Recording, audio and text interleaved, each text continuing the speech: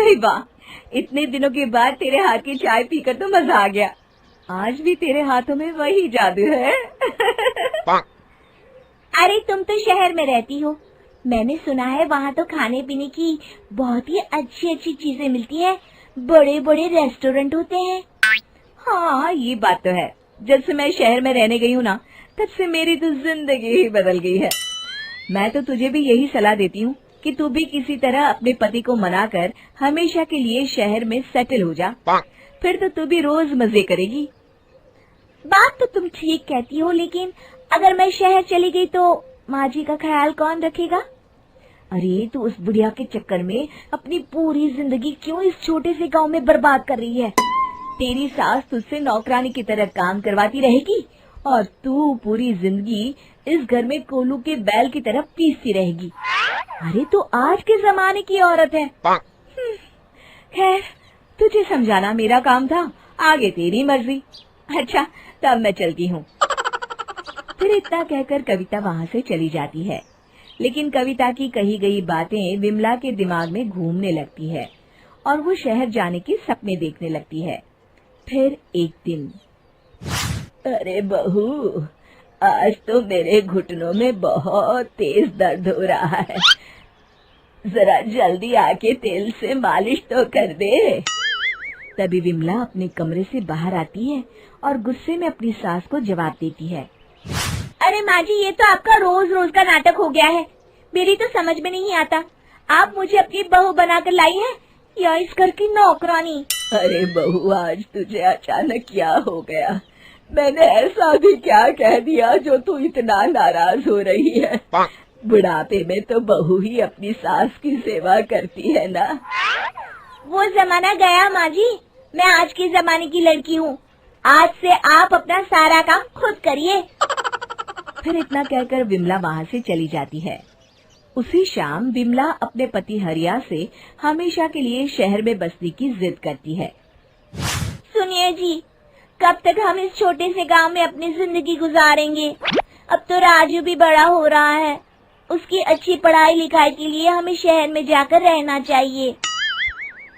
अरे भाग्यवान, बात तो तुम एकदम सही कह रही हो, लेकिन शहर जाकर हम रहेंगे कहाँ?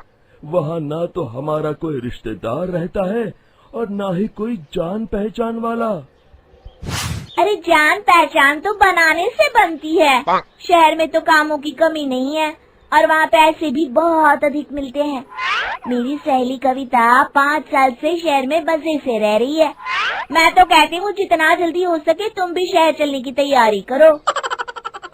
फिर हरिया अपनी पत्नी की बड़ी बड़ी बातों से प्रभावित होकर शहर जाने का मन बना लेता है और शहर जाने के लिए गांव के लाला से कर्ज ले लेता है।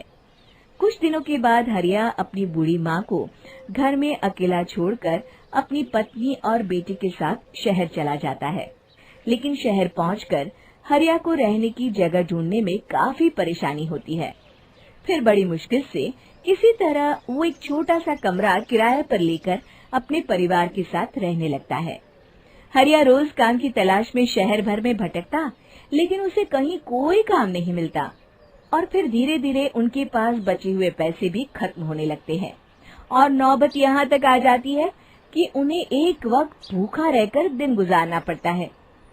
एक रात हरिया पैसों का हिसाब करके अपनी पत्नी से कहता है, अरे भाग्यवान, ये कहाँ फंसा दिया तुमने? इस शहर में जीना तो बड़ा ही मुश्किल है। कहीं काम मिलना तो दूर की बात है, यहाँ के लोग तो सीधे मुंह बात भी नहीं करते। अब हमारे पास खाना खाने तक के पैसे नहीं बचे हैं। तभी वहाँ मकान मालिक आ जाता है। अरे भाई, मैंने तुम्हें कमरा देते वक्त ही कहा था कि मैं रोज के रोज पैसे लूंगा। 2 दिन हो गए, तुमने 1 रुपया भी नहीं दिया। सेठ जी, इस वक्त तो मेरे पास बिल्कुल भी पैसे नहीं हैं। आप मुझे कुछ दिनों की मोहलत दे दीजिए, मैं जल्द ही आपको किराए के पैसे दे दूंगा। ओहो, इस तरह की बातें तो मैं सालों से सुनता रहा हूँ। अगर तुम पैसे नहीं दे सकते तो कल ही कल मेरा कमरा खाली कर दो। हाँ, इस शहर में किराएदारों की कमी नहीं है। ये कहकर मकान मालिक वहाँ से चला जाता है। अब हरिया और उसकी पत्नी समझ जाते हैं कि बिना सोचे समझे शहर आकर उन्होंने बहुत बड़ी गलती कर दी। अब इस शहर में उनका गुजारा नहीं हो सकता। फिर अगले ही दिन दोनों शहर छोड़कर गांव चले जाते हैं। विमला घर पहुंचकर अपनी सास से माफी मांगती है। माँ जी, मुझे माफ कर दीजिए। मैंने बाहर वालों की बातों में आकर आपके साथ बहुत गलत व्यवहार किया। अब मुझे मेरी गलती का एहसास हो गया है। अरे बहू, तुमने अपनी गलती मान ली, मेरे लिए यही बहुत है।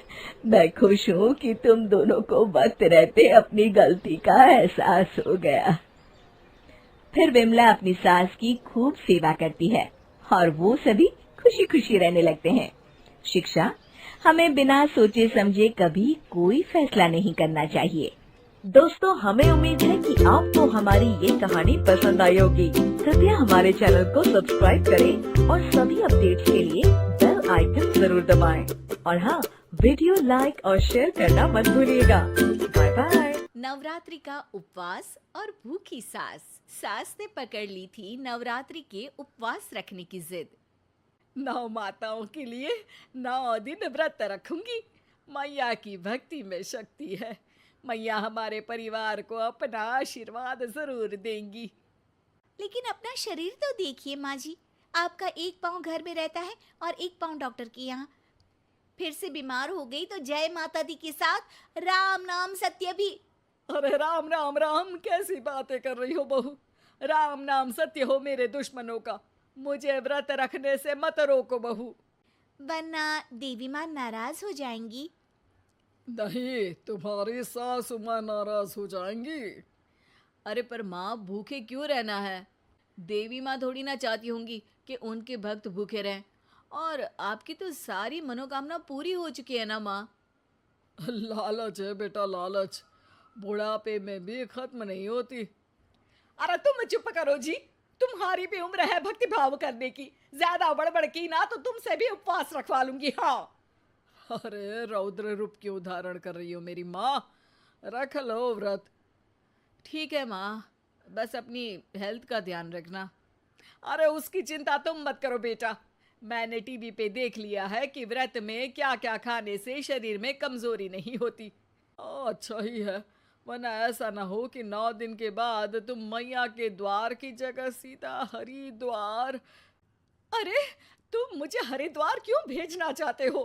क्योंकि अब तुम्हें मायके तो भेजने से रहा। बाबूजी, क्यों माँ को परेशान करते रहते हो? अच्छा माँ, ये बता दो कि आपको व्रत में खाने के लिए क्या क्या चाहिए होगा? सास के सामने सब हार जाते हैं। माँ के कहे सामान को बेटा लेकर आता है। नवरात्रि का पहला दिन है। नाश्ता कर लो, स्वस्थ रहो, मस्त रहो।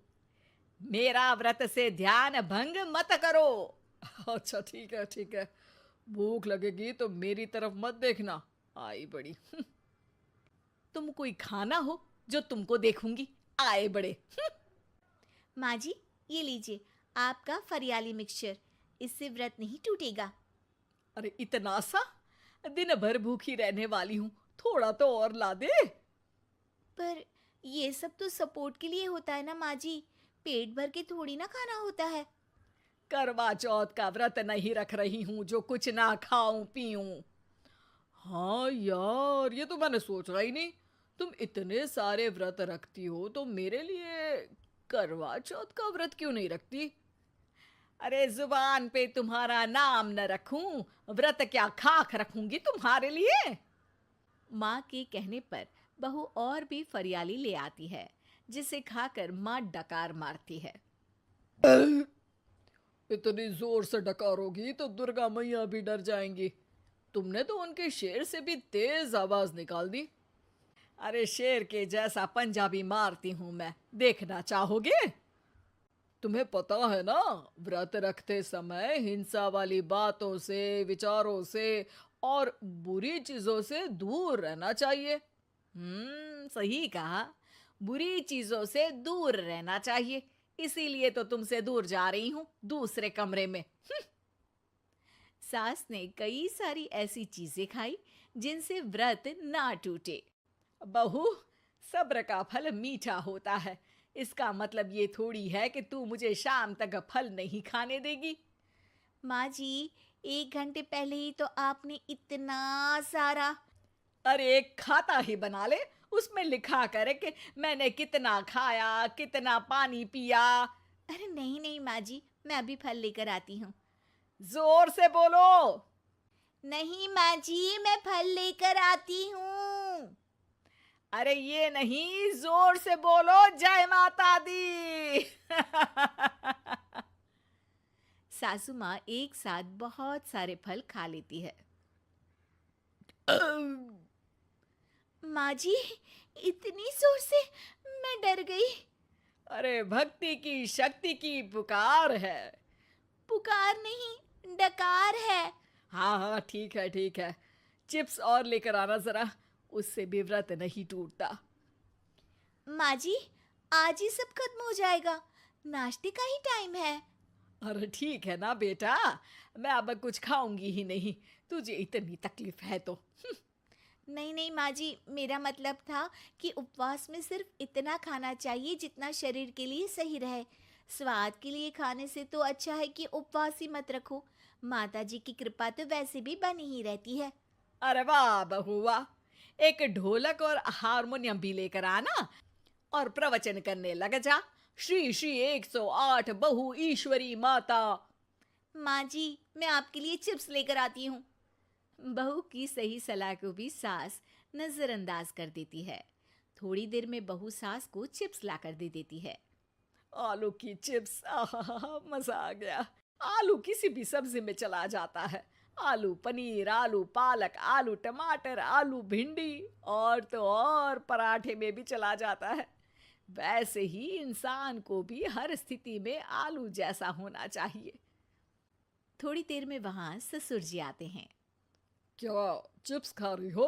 अरे नहीं जी, दिख तो चिप्स ही रही है। अरे तो पूछ क्यों रहे हो? अरे गुस्सा क्यों हो रही हो? उपवास में गुस्सा नहीं करना चाहिए।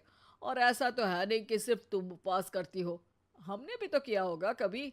नहीं जी नहीं, तुम तो कर ही नहीं सकते।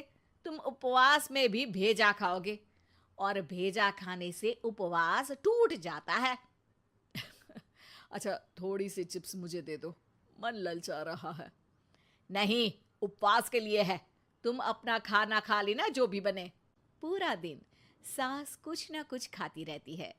जैसे ही रात होती है, बस उपवास हो गया, अब मैं खाना खाऊंगी। जो दिन भर से खा रही थी उसको क्या बोलते हैं? बाबूजी क्यों माँ को परेशान करते रहते हो? अरे लड़के, तेरी माँ दिन भर से इतना खा चुकी है कि देश में भूखमरी की समस्या इसी की वजह से बढ़ रही है। और खाने की दिक्कत नहीं है, कितना भी खाए लेकिन सेहत इधर उधर होती रहती है। कुछ ऊपर नीचे हो गया तो तेरी माँ खाने के बाद हाथ धोएगी और तू अपनी माँ से हाथ धो बैठेगा। अरे इत्तू सा तो खाया था, उपवास भी ना तोड़ू क्या? ठीक है, नहीं खा रही बस। अरे बहू तुम ही बताओ, ये इत्तू सा मतलब कितना खाया है इसने? ना जी ना, मैं कुछ नहीं बोलूंगी। खाना दे रहे हो या नहीं, या 9 दिन बिना जल के उपवास रख लूं? देने के लिए धमकी अच्छी है, सुनने में भी डरावनी लग रही है, पर जैसे तुम्हारी जुबान में स्वाद का खून लगा है ना, तुम भूखी नहीं रह पाओगी। मैं कसम खाती हूँ जी। अरे देखो, कसम भी खाओगी तुम। अरे कुछ और दे दो इसको खाने को। ये ले, दाल चावल खा ले बस। डॉक्टर भी कहते थे कि माँ को आए दिन पेट से जुड़ी समस्या रहती है। बस इसी के लिए घर वाले पहले उन्हें उपवास नहीं करने दे रहे थे, लेकिन जब उपवास करने दिया तो माँ ने इतना फरियाली खाया कि घर वालों की चिंता बढ़ा दी। और जैसा कि घर वालों को डर था, अगले दिन उनकी तबीयत खराब भी हो गई। डॉक्टर को बुलाना पड़ा। अरे जितनी बार आप बीमार होते हो उस हिसाब से तो मुझे एक क्लिनिक आपके घर में ही खोल लेना चाहिए। या फिर क्लिनिक में ही इनका एक अलग कमरा बनवा देते हैं डॉक्टर साहब। बाबूजी, पिताजी, मेरे जनक, क्यों हमेशा मजाक करते रहते हो? डॉक्टर साहब, माँ का पेट खराब है। क्या खाया था? जो मिला जो दिखा सब कुछ। अरे बस भी करो जी, बस तो तुमको करना था खाते वक्त। देखिए, खाना अच्छी बात है और उपवास भी आदमी को रखते रहना चाहिए, लेकिन तब जब शरीर लायक हो। पहले दिन ही बीमार हो गई तो 8 दिन कैसे होगा? आप व्रत मत रखो और खाने पीने पे ध्यान दो। मैं गोलियां दे रहा हूँ। आप भी कुछ खाने को ही दे रहे हो? हाँ, इससे जल्दी ठीक हो जाएंगी। समझ गई हैं आप? अब तो ठीक ही होना है ना मुझे। जोर से बोलो। जय माता दी। जय माता दी। जय माता दी। नई किराएदारनी। एक काम करना नहीं आता तुम्हें? सारे घर में धूल हो रही है, कभी सफाई भी कर लिया करो। यहाँ पूरा दिन लगकर दोनों बाप बेटे का काम करो, साथ में ताने भी सुनो। जब मैं बोलती हूँ कि ऊपर वाले पोर्शन में किराएदार रख लो, अरे सफाई भी रहेगी, पैसे भी आएंगे, तब तो किसी को मेरी बात सुननी नहीं होती। हो गया टैप रिकॉर्डर शुरू। ये कहते हुए राज घर से बाहर निकल जाता है, जिसके बाद शिविन अपने कमरे से निकलकर नेहा के पास आता है। क्या यार मम्मी, कितनी बार बोला है टाइम से उठा दिया करो, हो गया ना मैं कॉलेज के लिए लेट। दुनिया के सारे गधे घोड़े बेच कर तो तू सोता है। पता भी चलता है तुझे कि मैं कितनी बार उठाने आती हूँ।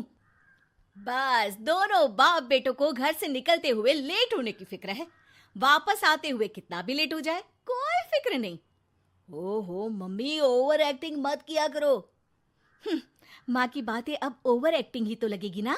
मेरी तो कोई फीलिंग्स ही नहीं है। क्या करूं, मर जाऊं क्या मैं? ओफो मम्मी, जा रहा हूं मैं, बाय। शिविन चला जाता है और नेहा बेचारी किलस्ती अपने घर के कामों में लग जाती है। इसी तरह चलती है नेहा की जिंदगी, जिसमें उसके ज्यादा बोलने वाली आदत की वजह से उसका पति और बेटा उसकी फीलिंग्स की कदर किए बिना हमेशा उससे दूर भागते रहते हैं। पूरा दिन घर में अकेले रहो और जब पति या बेटे से बात करने जाओ तो उनके नखरे अलग। अब मुझे ही कोई अच्छा किराएदार ढूंढना पड़ेगा। इसी के साथ नेहा किराएदार की खोज शुरू कर देती है, जिसके कुछ महीनों बाद दूसरे शहर से यहाँ पढ़ने के लिए आई निम्मी घर ढूंढते हुए नेहा के पास आती है और वो उसे किराए पर रख लेती है। अगली सुबह हमेशा की तरह राज और शिविन अपनी जल्दी में होते हैं कि निम्मी वहां आ जाती है। दीदी, थोड़ी चीनी मिलेगी, वो कल ना राशन लाने का समय ही नहीं मिला। निम्मी को देखते ही दोनों बाप बेटे की जल्दी वहीं खत्म हो जाती है और वो निम्मी को इम्प्रेस करने की रेस में भागने लगते हैं। अरे मम्मी को क्यों परेशान करना, मैं हूं ना। अरे तूने आज तक अभी किचन की शक्ल भी देखी है? रुको मैं लेकर आता हूँ। चीनी का डिब्बा कौन सा है और कहाँ रखा है वो तो पता नहीं है दोनों को। फिर चीनी के अपने मुंह से निकलने जा रहे हो किचन में? अरे मैं तो बस तुम्हारी मदद करने के लिए बोल रहा था। है क्या मदद? और वो भी तुम करोगे? सच में? अरे कोई तो सच बताओ, सुबह सुबह दोनों बाप बेटे कोई सूखा नशा करके तो नहीं आ गए ना? अरे कैसी बेकार की बातें करती हो मम्मी। अरे जब कौवा अचानक हंस की चाल चलने लगेगा तो शक होना तो लाजमी है ना। घर का ऐसा माहौल देख निम्मी वहां से जाने ही लगती है कि राज उसे रोक लेता है। अरे आपने चीनी तो ली ही नहीं? इट्स ओके भैया, मैं आज बिना चाय की ही कॉलेज चली जाऊंगी। जहां एक तरफ भैया सुन राज का दिल टूट जाता है, वहीं कॉलेज सुन शिविन खुश हो जाता है। वैसे आप कौन से कॉलेज में हो? इस पर निम्मी जवाब देने ही वाली होती है, लेकिन नेहा टोकते हुए बीच में बोल पड़ती है। अब दोनों को देर नहीं हो रही। हद है इनसे भी, कहीं बात बनने ही नहीं देंगे मेरी तो। अरे जा रहे, अब यहाँ बचाई क्या है? इस पर निम्मे के पीछे पीछे शिविन कॉलेज की तरफ और राज ऑफिस चला जाता है। इसी तरह दिन बीतने लगते हैं, जिसमें अब सुबह जल्दी जाना और शाम लेट आने का सिलसिला सुबह लेट जाना और शाम जल्दी आने में बदल जाता है। एक शाम वो दोनों समय से पहले ही घर वापस आ जाते हैं, जिन्हें देख नेहा हैरान रह जाती है। हाय मेरे रब्बा, अरे पहले घर जल्दी आना शुरू कर दिया और आज तो उससे भी जल्दी। कहीं मैं कोई सपना तो नहीं देख रही? मतलब अब क्या हम अपने घर भी जल्दी वापस नहीं आ सकते? अरे घर तो कितने सालों से तुम्हारा ही है, पर लगता है कि अपना ही है, इस बात का एहसास अब हुआ है। वो सब ठीक है मम्मी। निम्मी कहाँ है? जरा उसे बर्थडे विश तो कर दूं। अरे वाह रे, आज तक तो अपनी माँ का बर्थडे तुझे याद नहीं रहा, उसका बहुत याद है। वो तो मुझे पापा ने याद दिलाया है। हैं? अरे क्या बोल रहे हो तुम, झूठे? नहीं बेबी, देखो मुझे तो तुम्हारा बर्थडे भी याद नहीं रहता, तो उसका कहाँ से याद रहेगा मुझे। तौबा, मैंने तो किराएदार रखकर अपने ही पैर पर कुल्हाड़ी मार ली। बेटा तो बेटा, यहाँ तो बाप भी किसी से कम नहीं है। इतनी देर में निम्मी भी घर वापस आ जाती है, जिसे देखते ही शिविन हैप्पी बर्थडे गीत गाता हुआ उसके पास चला जाता है। हैप्पी बर्थडे निम्मी। बताओ आज क्या चाहिए तुम्हें? हाँ हाँ, मांग लो ना इसकी जान। अरे नहीं नहीं, मुझे कुछ नहीं चाहिए, बल्कि मैं तो आज आप लोगों को कुछ देने आई हूँ। क्या क्या देने आई हो? निम्मी अपनी बैग में से मिठाई का डिब्बा और शादी का कार्ड निकालती है। ये मेरी शादी का कार्ड और मिठाई, आप सबको मेरी शादी में जरूर आना है और इसी खुशी में मिठाई खाइए। निम्मी की बात सुनकर जहां शिविन और राज शॉक में आ जाते हैं, वहीं नेहा हंसने लगती है। दिल के अरमां आंसुओं में बह गए। नेहा की बात से कंफ्यूज्ड निम्मी उससे इसकी वजह पूछती है, जिस पर नेहा अपने पति और बेटे की सारी करामातें उसे बताती है। आई कांट बिलीव, आपको मैंने भैया बोला, और शिविन तुम्हें तो मैं हमेशा छोटे भाई की तरह समझती हूँ, लेकिन कहते हैं ना, man will be always man. लेकिन आज से ये विमेन सेम नहीं रहेगी इनके लिए। फिर क्या, बाप बेटे आगे आगे और नेहा झाड़ू लेकर उनके पीछे पीछे। नई पड़ोसन। प्यार और दोस्ती के बीच का जो रिश्ता होता है ना, वैसा ही कुछ रिश्ता है शर्मा जी का अपनी पड़ोसन बबीता भाभी से। अरे सुनिए ना, कुछ पैसा देकर जाइएगा, मैं और पड़ोस की बबीता भाभी आज शॉपिंग में जाएंगे। बबीता भाभी का नाम सुनते ही शर्मा जी के कान खड़े हो जाते हैं। हाँ हाँ, क्यों नहीं, तुम तो ये क्रेडिट कार्ड ले जाओ, और हाँ, मैं ऑफिस जाते वक्त तुम दोनों को मॉल में भी छोड़ दूंगा। अरे वाह, ये तो मजा ही आ गया। मैं अभी बबीता भाभी को तैयार हो जाने को कहती हूँ। शर्माइन और बबीता में बात हो जाती है। ये महंगा वाला परफ्यूम लगा लेता हूँ, भाभी जी बगल में बैठेगी तो इम्प्रेस हो जाएंगी। दोनों मियाँ बीवी घर से बाहर निकलते ही है कि शर्माइन बगल वाली सीट में बैठती है। अरे तुम पीछे जाओ ना। अरे पीछे का है? अरे तुम ड्राइवर लगोगे ना, मैं और बबीता भाभी पीछे बैठ गए तो। अरे नहीं नहीं, वो तो आगे बैठेगी। और क्या बात है, कुछ ज्यादा ही जज्बात नहीं उछल रहे हैं तुम्हारे? मैं उतर रही हूँ, कैब से चली जाऊंगी। अरे मेरी प्यारी बुलबुल, वो मेरा ऑफिस का बैग देख रही हो ना? हाँ तो रोज ही तो देखते हैं, आज का नया है? अरे उसमें ना ऑफिस का कैश रखा है। अब ये बबीता भाभी का तो कोई भरोसा है नहीं, चोर तो लगती है तभी तो। अरे कहाँ तभी तो? अरे कैसे चोर लगती है वो तुम्हें? कहाँ चुरा लिया उसने तुम्हारा? क्या बताऊं, मतलब कि अब पैसे गायब हो गए तो शर्मा शर्मी में कुछ बोल भी नहीं पाएंगे। तुम बैग पकड़कर पीछे बैठ जाओ, वो आगे बैठ जाएंगी। होता भी ऐसा ही कुछ है। बबीता जी बैठ जाती है शर्मा बाबू के बगल में। अब जो कार स्पीड ऑफिस जाने के लिए 70 होती थी, वो 40 में आकर अटक जाती है। अरे क्या बात है, आज तो आपकी कार चली नहीं रही है? बबीता जी जोर से सांस लेते हुए कहती हैं, ये कैसी प्यारी सी महक है। अरे लगता है मेरा परफ्यूम है, लेकिन मैंने तो लगाया नहीं। अरे वो लगता है गलती से मैंने। अरे शर्मा जी, लेडीज परफ्यूम। अब जी जी वो बाजार आ गया। अच्छा, आप लोगों को अगर टाइम लगेगा तो बता देना, मैं आ जाऊंगा लेने। अरे नहीं ना, ठीक है, जाओ अब ऑफिस। हाँ, वैसे ही लेट हो रहे हो कब से। बाय बाय भाभी जी, अच्छे से शॉपिंग करिएगा। जी बिल्कुल। अगले दिन। और सुनिए तो, शाम को जल्दी आ जाइएगा, वो बबीता भाभी है ना। अब कौन बबीता भाभी, याद नहीं आ रहा। अरे वही वाली जिसके साथ आपने हमें मार्केट में छोड़ा था, याद नहीं का।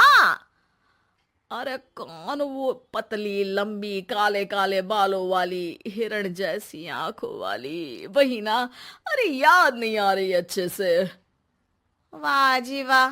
अरे और कितना याद रखोगे, उन लोगों के घर हमारा आज रात का खाना है, टाइम से आ जाना।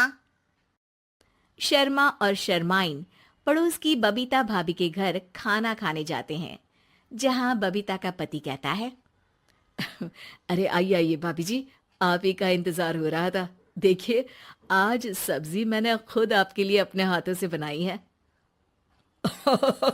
अच्छा, तो कभी हमारे घर भी आइए, खाने में मैं भी खिलाऊंगा बबीता भाभी को अपने हाथ का कोरमा मसाला। अगर आप दोनों की खुद की तारीफ हो गई हो तो थोड़ा बैठकर बात कर लें। अरे बबीता जी, आपकी शादी अरेंज्ड मैरिज लगती है, तभी आप कहाँ इतनी सुंदर, और भाई साहब। अरे नहीं नहीं, हम लोगों की तो लव मैरिज थी। मैंने तो 16 सोमवार रखी थी इनके लिए। अरे हाँ, मैंने भी इनसे शादी के लिए ना 16 सोमवार रखे थे। अच्छा, और व्रत करने के बाद ये मिले आपको? अरे चुप रहिए ना, कुछ भी बोले जा रहे हैं। कितनी प्यारी जोड़ी है शर्मा और शर्माइन जी की। हाँ, वैसे और भी अच्छी हो सकती थी। सब खाना खाकर अपने घर के लिए निकल ही रहे होते हैं कि और हाँ, अब हम लोगों को एक दूसरे के घर जाने के लिए किसी बहाने की जरूरत नहीं होनी चाहिए। अरे भाई, पड़ोसी हैं, वो भी एक उम्र के। क्यों मिसेस शर्मा? और मुझे और कविता भाभी को तो बोलने की भी जरूरत नहीं है। वो कहा ना, हम लोग वैसे भी साथ ही रहते हैं, कभी वो सुबह मेरे घर में तो शाम को मैं उनके। एक दिन शर्मा जी ऑफिस से शाम को घर आने के बजाय बबीता जी के घर मिठाई का डिब्बा लेकर पहुंच जाते हैं। अरे भाभी जी, कहाँ हैं आप? अरे भाई साहब, आप, मुझे लग ही रहा था कि आप ही होंगे। जी भाभी जी, कनेक्शन इसी को तो बोलते हैं। वैसे ये लीजिए, मिठाई खाइए, मेरा प्रमोशन हो गया जी। आपने भाभी जी यानी अपनी बीवी से शेयर कर ली ये बात और मिठाई दोनों? अरे नहीं नहीं नहीं भाभी, जैसे ही मेरा प्रमोशन हुआ, मिठाई लेकर सीधे आपके घर आया हूँ। लीजिए लीजिए, खा लीजिए। तभी पीछे से शर्माइन आकर खड़ी हो जाती है। अरे मिठाई का दौर खत्म हो गया हो तो घर चले का? शर्माइन को देखकर शर्मा सकपका सा जाता है। अब हाँ हाँ, चलो चलो। वो भाभी जी तो बोल रही थी कि जी शर्मा जी, इसीलिए मैं बोल रही थी कि मुझे लगा आप ही होंगे, क्योंकि आपकी वाइफ मेरे घर में थी तो आपको तो ऑफिस से सीधा यहीं ही आना था ना। घर आकर शर्माइन शर्मा पर बरसती है। अरे देख रहे हैं हम, कुछ दिनों से आप बबीता जी पर कुछ ज्यादा ही मेहरबान हो रहे हैं। अरे वो तो तुम्हारी सहेली है तो मैं थोड़ा भाव दे देता हूँ, वरना तो तुम जानती हो मैं तुम्हारे बिना किसी को देखता तक नहीं हूँ। हाँ हाँ, देख रहे हैं हम कि तुम किसे देखते हो और किसे नहीं। प्रमोशन हुआ, दिन में 4-4 बार फोन पर बात हुई, पर मुझे बताना जरूरी नहीं था, क्यों? शर्मा देखता है कि दरवाजे में बबीता खड़ी है और सामने बीवी की। तभी हाय हाय रे हाय, मेरे सीने में दर्द आई। वो सीना पकड़कर बैठ जाते हैं। अब एक तरफ से बीवी शर्मा जी को पकड़ती है और एक तरफ से बबीता जी। बेचारे शर्मा जी इस बार तो बच गए, लेकिन देखना बाकी है कि आखिर कब तक। यमुनानगर में सीता अपने बेटे कुशल के साथ रहती थी। बेटे कुशल के बड़े हो जाने पर वो उसकी शादी पास ही के गांव की एक लड़की खुशी से करवा देती है। बहू, तुझ जैसी खूबसूरत बहू तो इस पूरी सोसाइटी में किसी की नहीं। बस अब तू इस घर की सारी जिम्मेदारी उठा ले तो मेरी चिंता खत्म। ये ले इस घर की चाबी, अब से ये तेरे हवाले। माँ जी, आप चिंता मत कीजिए, मैं इस घर का पूरा ध्यान रखूंगी। देखिएगा, आपको शिकायत करने का भी कोई मौका नहीं मिलेगा। मैं आपके लिए गाजर का हलवा बनाकर लाती हूँ। शादी के कुछ ही दिन बाद खुशी के तेवर बदलने लगते हैं। माँ जी, मैं आपसे कह देती हूँ, मैं इस घर की बहू हूँ, कोई नौकरानी नहीं जो हर समय आपकी बात मानूं। बहू, मैं तो बस ये कह रही थी कि तू हर समय फोन पर ये किससे बात करती रहती है। हर समय तेरा फोन बिजी आता है। ये बात कुशल को पसंद नहीं बेटा। हाँ हाँ, मेरी तो हर बात सबको बुरी ही लगती है। अब शादी को कई महीने बीत चुके हैं, मगर खुशी कभी भी खुश नहीं रह पाती और वो अपने पति और सास से भी हमेशा झगड़ती रहती है। असल में शादी से पहले उसका एक प्रेमी होता है, गोविंद। वो उससे आज भी छुप छुप कर मिलती है। गोविंद, मैं अपने पति और सास के साथ खुश नहीं हूँ, चलो ना हम भाग जाते हैं। तुम एक काम करो, घर से सारा कीमती सामान ले आओ, उसके बाद मौका देखकर हम भाग जाएंगे। खुशी के पति और सास उसे बहुत प्यार करते हैं, मगर खुशी फिर भी उन्हें धोखा देती है और धीरे धीरे अपने घर से कीमती सामान को चोरी करके गोविंद को देने लगती है। उसकी सास को घर से सामान चोरी होने का संदेह होने लगता है। बेटा, समझ नहीं आ रहा, ये घर से धीरे धीरे सामान कैसे गायब हो रहा है। कौन सा सामान माँ? अरे वो चांदी के बर्तन जो मैंने बनवाए थे वो दिख नहीं रहे। यहीं कहीं होंगे माँ, आपकी बहू ढूंढ देगी। कितने बेवकूफ हैं ये माँ बेटे, इनका सारा सामान मैं गायब कर दूंगी और इनको पता भी नहीं चलने दूंगी। और इस तरह से धीरे धीरे खुशी घर का सारा कीमती सामान चोरी करके गोविंद के पास रखवा देती है और कुछ महीनों बाद उनके पास बहुत कीमती सामान इकट्ठा हो जाता है और दोनों भागने की योजना बनाते हैं। खुशी, आज रात को आधी रात होते ही तुम अपने घर से भाग कर आ जाना। मैं गांव के पुराने बस स्टैंड पर तुम्हारा इंतजार करूंगा। ठीक है। खुशी अपने कपड़े और गहनों की पोटली बांधकर पुराने बस अड्डे पर पहुंच जाती है और देखती है कि वहां तो कोई भी नहीं है। खुशी कुछ घंटे वहीं खड़ी रहती है और फिर गोविंद के कमरे पर जाती है। वहां पर भी बड़ा सा ताला लगा होता है। हे भगवान, कहीं गोविंद मुझे धोखा देकर भाग तो नहीं गया। अब मैं क्या करूंगी?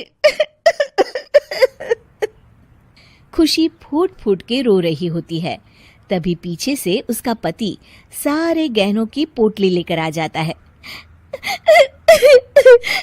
आप यहाँ? हाँ, मैंने गोविंद को गांव छोड़ने से पहले पकड़ लिया था और ये सारे गहने भी उससे ले लिए।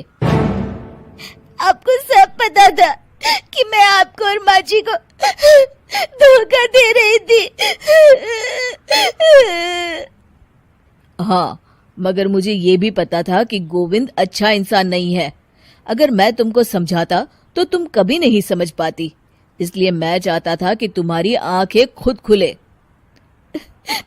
मुझे माफ कर दीजिए। कोई बात नहीं खुशी, मगर हमेशा ये याद रखना कि तुम्हारे अपने कभी भी तुम्हें धोखा नहीं देंगे।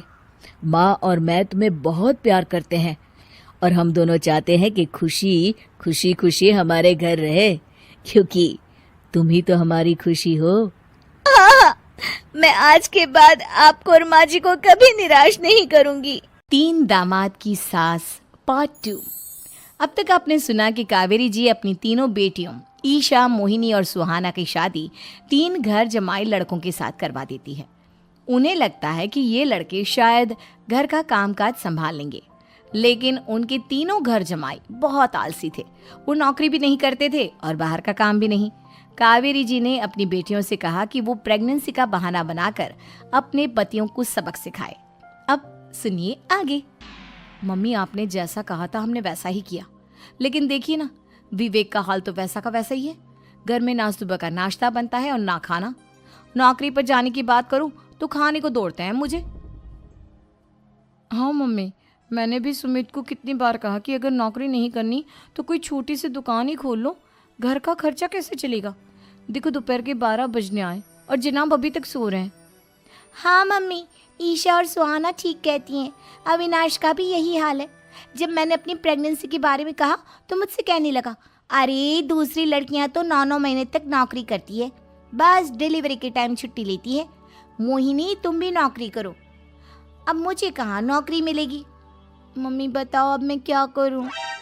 हे भगवान, क्या सोचकर घर जमाई दामाद लाई थी मैं कि मेरी बेटियां मेरे पास रहेंगी और खुश रहेंगी, लेकिन इन आलसी दामादों ने तो हमारी जिंदगी को भी प्रॉब्लम में डाल दिया है। मैं तो कहती हूँ मम्मी, हम लोग वापस अपनी जॉब पर जाना शुरू कर देते हैं। बता देते हैं इन लोगों को कि हमने प्रेगनेंसी का बहाना किया है। नहीं नहीं बेटा, ऐसी गलती भी मत करना। अगर तुमने ऐसा किया तो इन तीनों की आदत और खराब हो जाएगी। अरे आज नहीं तो कल कभी तो तुम प्रेग्नेंट होगी, तब वापस यही प्रॉब्लम आएगी। तब क्या करोगी तुम तीनों? हाँ मम्मी, आपकी बात तो बिल्कुल सही है। इन लोगों को तो सुधारना ही पड़ेगा। लेकिन कैसे? अपने बच्चों के आने की खबर सुनकर भी इन लोगों पर कोई असर नहीं हो रहा।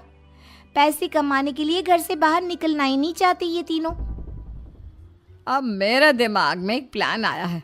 तुम तीनों चिंता मत करो, उन तीनों को बुलाओ, फिर मैं बात करती हूँ। थोड़ी देर बाद कावेरी जी अपने तीनों दामादों को सामने बुलाकर अपनी बात कहना शुरू करती हैं। अविनाश, सुमित और विवेक, देखो बेटा, मैं ना तुम तीनों से बड़ा प्यार करती हूँ, इसीलिए तो तुम्हें घर जमाई बना कर रखा है मैंने। अरे मम्मी जी, सीधे सीधे कहिए ना, क्या बात है? प्यार तो हम भी आपको बहुत करते हैं। अरे मम्मी जी, आपकी इज्जत भी बहुत करते हैं। अरे भाई, आपके जैसी सास और कमाने वाली बीवी सबको मिलती है क्या? हाँ मम्मी, विवेक और सुमित ठीक कह रहे हैं। आपकी बेटी से शादी करके मेरी तो जिंदगी ही अच्छी हो गई है। जानती हूँ मैं, और ये भी जानती हूँ कि तुम तीनों अपने अपनी बीवियों से बहुत प्यार करते हो। बेटा, बात ऐसी है कि हमारे कुल गुरु ने कहा है कि प्रेग्नेंट होने के बाद मेरी तीनों बेटियां शुरू के 4 महीने हमारे गांव में जाकर रहेगी, जहां मेरे चाचा जी रहते हैं। अरे लेकिन क्यों मम्मी, गांव में जाकर रहने की क्या जरूरत है इन तीनों को? वो क्या है ना बेटा, हमारे परिवार को एक श्राप है। अगर मेरी बेटियों ने यहाँ पर बच्चा पैदा करने की कोशिश की तो उनके बच्चों को कुछ भी हो सकता है। इसलिए अब से लेकर 4 महीने पूरे होने तक इन्हें गांव वाले घर में रहना पड़ेगा। हाँ, तो इसमें प्रॉब्लम क्या है मम्मी जी? हम भी वहाँ जाकर रहेंगे, पिकनिक मनाएंगे। अरे भाई, बीवी जहाँ हम भी वहाँ। हाँ यार, आइडिया तो बहुत अच्छा है। शहर की ज़िंदगी में रह रहकर परेशान हो चुके हैं, अब कुछ दिन गांव में बिताएंगे। तुम लोग समझने की कोशिश क्यों नहीं करते? तुम में से कोई भी वहाँ नहीं जा सकता, और मैं यहाँ रहूँगी ना तुम तीनों के साथ। 4 महीने की तो बात है, उसके बाद ये तीनों ही लौट कर आ जाएंगी। ठीक है मम्मी जी, अब हमारे बच्चों का सवाल है तो ये तो करना ही पड़ेगा। कावेरी अपनी तीनों बेटियों को कुछ दिन के लिए घर से बाहर कहीं दूसरे शहर में रहने के लिए भेज देती है।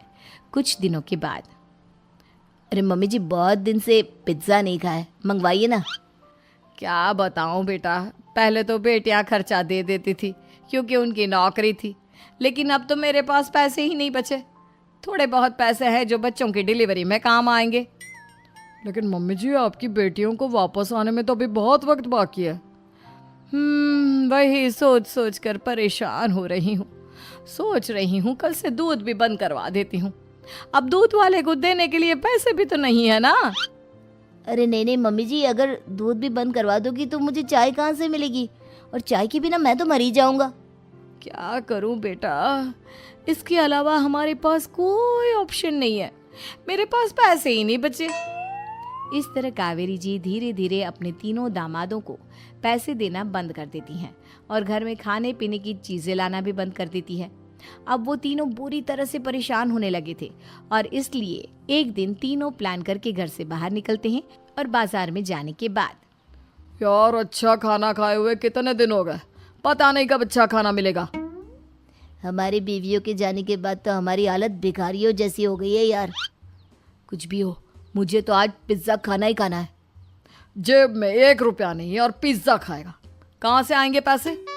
अरे देख वहाँ सामने बोर्ड पर क्या लिखा हुआ है, कंप्यूटर पर काम करने के लिए एक आदमी की आवश्यकता है। भाई मैं तो जा रहा हूँ, काम करूँगा और शाम तक पैसे लाकर आराम से पिज्ज़ा खाऊंगा। जा जा, तुझे कोई काम नहीं देने वाला, हम तो घर जा रहे हैं। चल भाई सुमित। सुमित और अविनाश वहाँ से चले जाते हैं और विवेक उस कंप्यूटर शॉप पर सारा दिन काम करके 5,000 रुपये कमा कर घर लौट कर आता है और अपने खाने के लिए अच्छी अच्छी चीज़ें भी लेकर आता है। ये देखकर विवेक और सुमित के दिल में भी कुछ पैसे कमाने की इच्छा जागती है। अरे सुबह सुबह कहाँ चल दी है तुम? मम्मी जी एक बहुत अच्छी जगह मिली है, कंप्यूटर पर काम करने के 5,000 मिले थे कल मुझे। अगर रोज काम करूंगा तो पूरे 40,000 की तनख्वाह। अरे वाह, ये तो बहुत अच्छी बात है दामाद जी, आपको जाना ही चाहिए। सुमित और अविनाश विवेक को इस तरह तरक्की करते देखकर परेशान हो जाते हैं और वो दोनों भी काम की तलाश में निकल पड़ते हैं। धीरे धीरे उन दोनों को भी काम मिल जाता है। अब कावेरी के तीनों दामाद छोटी मोटी नौकरी करके अच्छा पैसा कमाने लगे थे। एक दिन कावेरी उन्हें अपने पास बुलाती है। अरे वाह, विवेक 40,000 कमा लेता है, अविनाश 60,000 और सुमित तुम भी 40,000 के आसपास कमा ही लेते हो। कुल मिलाकर तुम अच्छे खासे पैसे कमा रहे हो बेटा। हाँ मम्मी जी, बहुत मजा आता है जब महीने के एंड में मोटी रकम हाथ में आती है। पूछिए मत मम्मी जी, घर में रहकर रोटी बना बना कर औरतों जैसा महसूस होने लगा था मुझे तो। हाँ बेटा, तुम तीनों की बात तो बिल्कुल ठीक है। और जानते हो, अब तुम तीनों की पत्नियां भी वापस लौट कर आने वाली है। लेकिन मम्मी जी अभी तो उन्हें गए सिर्फ 2 महीने हुए हैं, आपने तो कहा था वो 4 महीने के बाद लौट कर आएंगी। ऐसा कुछ नहीं है बेटा, मैं सिर्फ तुम तीनों को सबक सिखाना चाहती थी कि आदमी घर में बैठकर बीवी की कमाई खाता हुआ अच्छा नहीं लगता। इस दुनिया में हर इंसान को मेहनत करनी चाहिए, काम करना चाहिए, चाहे वो औरत हो या आदमी, ताकि अपने परिवार को संभाल सके। कावेरी की बात सुनकर उन तीनों को अपनी गलती का एहसास होता है और कावेरी उन्हें सच बता देती है कि ईशा, सुहाना और मोहिनी शहर में ही कहीं दूसरी जगह रह रहे थे। शाम के वक्त उन तीनों की पत्नियां लौट कर आ जाती है और कावेरी जी का परिवार एक खुशहाल परिवार की तरह